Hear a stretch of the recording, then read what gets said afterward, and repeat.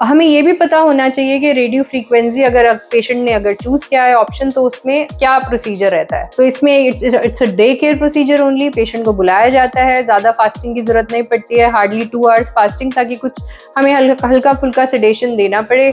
तो अगर हम नर्व ब्लॉक कर रहे हैं only, then only it is possible कि आप हल्का फुल्का सेडेशन देना पड़े, तो हम केमिकल न्यूरोलिसिस या फिर पल्स आरएफए कर सकते हैं।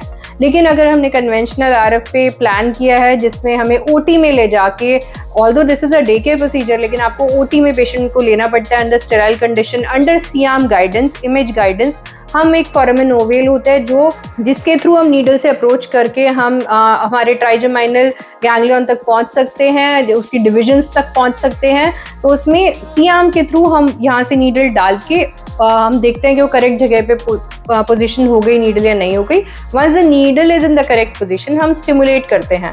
तो जब स्टिमुलेशन से हमको परफेक्टली, जैसे पेशेंट पहले ये प्रोसीजर से पहले पेन प्रोड्यूस कर रहा था, वैसे सिमिलर पेन प्रोड्यूस करता है, तो हम वहाँ पर ही रुककर पेशेंट को वो एक रेडियो फ्रीक्वेंसी एब्लेशन में थर्मल एनर्जी अल्टीमेटली प्रोड्यूस होती है टू बर्न द नर्व। तो एक बार बर्न हो जाती है नर्व, तो वो पेन सिग्नल्स जो होते हैं उनका ट्रांसमिशन रुक जाता है। तो अब जब ये प्रोसीजर चल रहा होता है तो एक तरीका है कि धीरे धीरे एनर्जी बढ़ाई जाए तो पेशेंट वो टॉलरेट कर पाता है।